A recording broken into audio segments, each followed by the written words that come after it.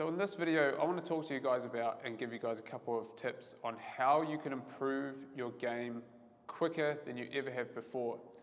And we're going to focus on something that most people don't actually focus on. And the secret to this is coordination.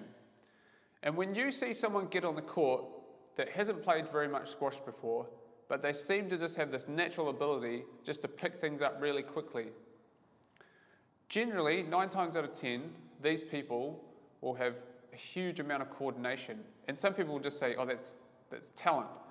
Every time I see someone that everyone say is talented, I always think about their coordination, and I'm always looking at their coordination.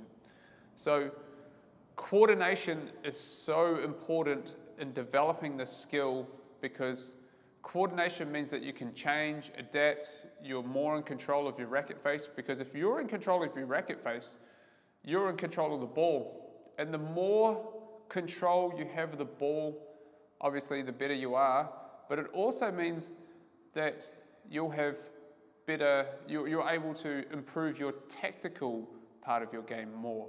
Because if you're more accurate with your shots, then tactically, you know, if someone says to you, oh, you should try to do this, or you start playing around in the game, start, looking at where your opponent is on the court and looking at which ways they're moving, and you're changing the angle of the ball, the more precise you are with those shots, the better off you are. So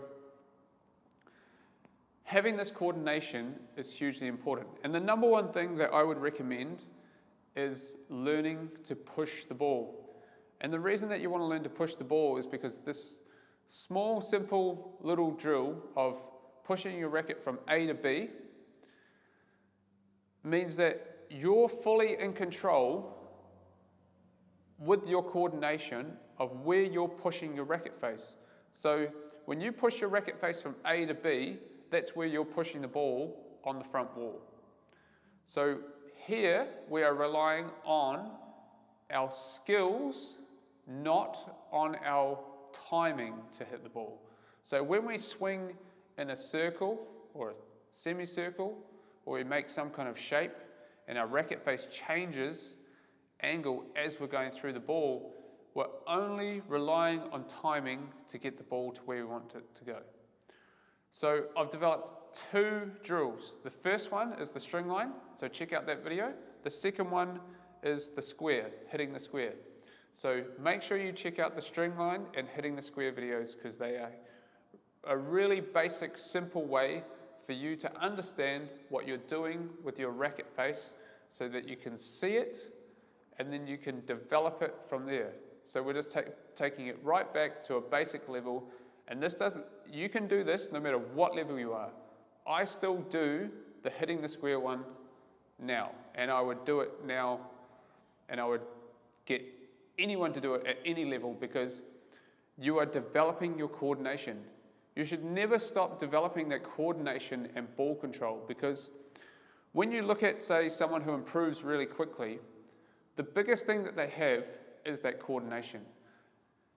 And there is no end, or there's no limit to how much you can control the ball. There is no limit to it. If you look back in history, as the game progresses, there's more and more and more ball control develops as people get better and better and better.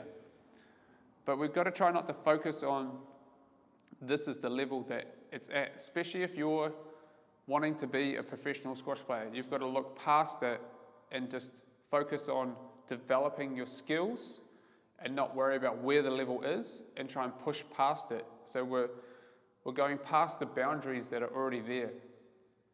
So check out those videos, give them a go, don't forget to subscribe and comment on how you get on.